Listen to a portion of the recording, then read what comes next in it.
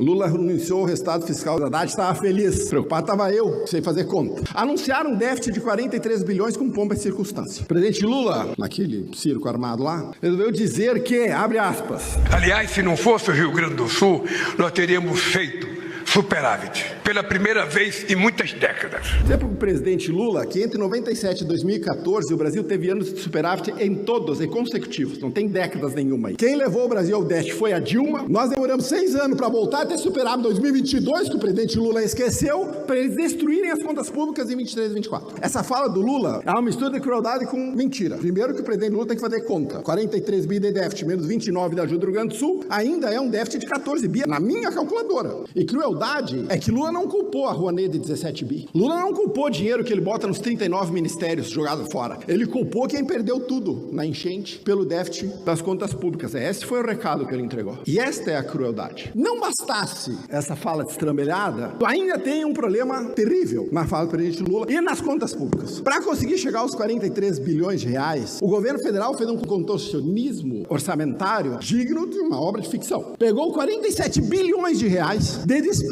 que deveriam ser jogadas para 2024 e antecipou elas para 2023. E por que ele antecipou para 2023? Porque em 2023 o governo federal não precisava seguir nenhuma regra fiscal. Mas pegou receitas de 2023, que eram oriundas dos depósitos judiciais da Caixa Econômica Federal, e jogou para 2024, aumentando artificialmente a receita. Vocês acham que acabou? Pegou 8,5 bilhões de depósitos esquecidos dos brasileiros nas contas correntes e botou na conta. Fez a Petrobras assinar um acordo no CARF de 11,9 bilhões de reais para poder botar dinheiro no caixa. Arrecadou 9,5 bi dos chamados super ricos, numa arrecadação que vai acontecer uma única vez, só aconteceu em 2024, não vai se repetir. Quando tu retira esta maquiagem das contas públicas, tu descobre a verdade dos números. O déficit fiscal brasileiro certamente ultrapassa 100 bilhões de reais. Nessas contas aqui, nós estaríamos falando de 135 bilhões de reais. Este número é muito mais próximo do cenário fiscal hoje, ou do quadro fiscal brasileiro, do que os 43 bilhões de reais apresentados de déficit. Com um detalhe, o governo federal arrecadou 262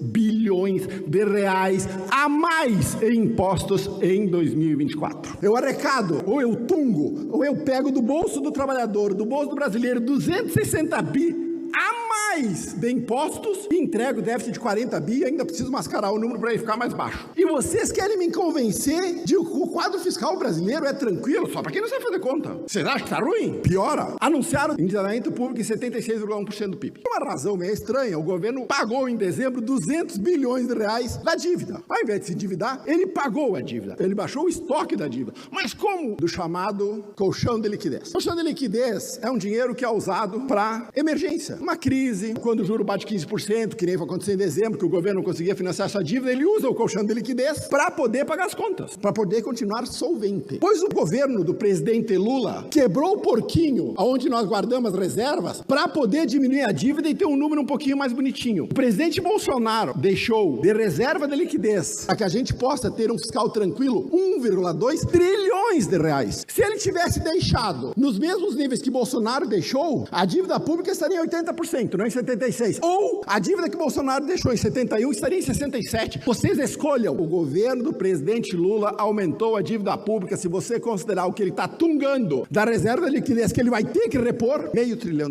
ou 9 pontos percentuais de dívida. E eu tenho que assistir no fim de semana o Haddad, aquele incapaz que não sequer consegue fazer uma conta simples de matemática, dizer para todo mundo ouvir que o problema do Brasil não é fiscal. Vocês aguardem o que vai acontecer em 2025. Já existem analistas prevendo recessão para o segundo semestre. Não me surpreendo, porque eu já falei na tribuna aqui que a recessão está comprada, e não me surpreendo que ela aconteça em 2025. Fora da ilha da fantasia, desse mundo imaginário, onde as coisas estão indo bem, a realidade nua e crua é esta aqui. O fiscal do brasileiro está uma vergonha, e está preocupante. Se o Brasil não der de novo um cavalinho de pau nessa política econômica de gastar sem responsabilidade, quem vai pagar a conta vão ser as gerações futuras. Mas quem diz que o Lula está preocupado com as gerações futuras? A única preocupação do Lula é com o próprio umbigo.